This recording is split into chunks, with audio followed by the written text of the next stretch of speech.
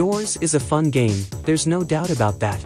After all, it hit 1 billion visits in just 94 days. It's created a big community, and the entities have left a lot of people speculating about the hotel itself. However, when you really look back on the game, isn't it kind of empty?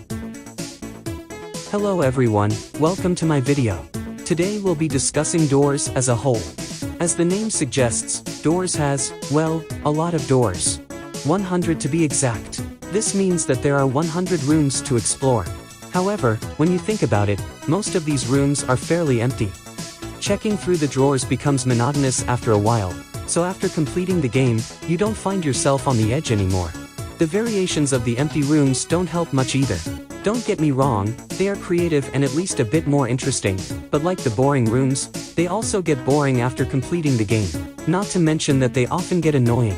If you don't have a lighter or a flashlight and you find a dark room, good luck finding anything.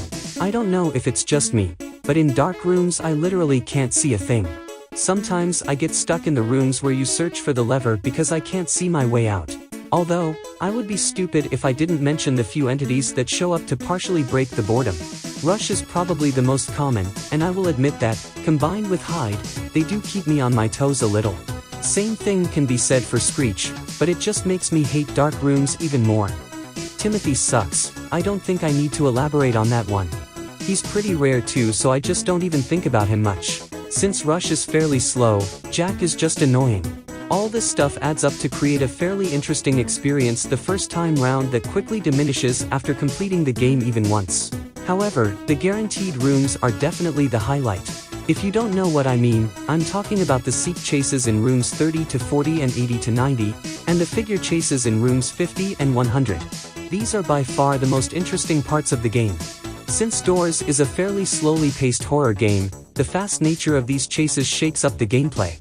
Honestly, these rooms are the only reason I even bother playing after completing the game, especially room 50. I kind of hinted at it in my music ranking video, but the library in room 50 is my favorite part of the game. The thrills of collecting all of the books. Doing the heartbeat minigame and watching the figure walk in my direction only to turn around at the last minute make for an experience unmatched by anything else in the game. The glory of this level is tarnished by room 100, which also contains the figure, but is disappointingly easy. The developers have hinted at changing room 100 to be more interesting, which sounds great, but for now we have a fairly anticlimactic final level. The seek chases are also okay for what they are. They're pretty intense, and choosing the right door does make me pretty nervous. They're a welcome break from the regular monotony of the rooms. Alright, so far all I've really done is given criticism. How could these things be changed to make them more entertaining? To be honest, I don't know. I'm not a game developer, and I'm not particularly good with ideas, but I guess I could give a few general pointers. For example, I think something more should be done with Seek. It's an entity that feels like it has a lot of potential, as opposed to entities like Rush that can be ignored by calling them trapped souls or something. Also, I think there should be more unique or elaborate room designs. Since Doors is a nice, fairly simple horror game, I wouldn't go over the top, but I might add one or two minigames. For example, a more rudimentary version of the puzzle in room 100 that, when solved, would unlock a door, would feel like an interesting addition. Bonus points if the locked door goes down a different pathway, or gives secret items.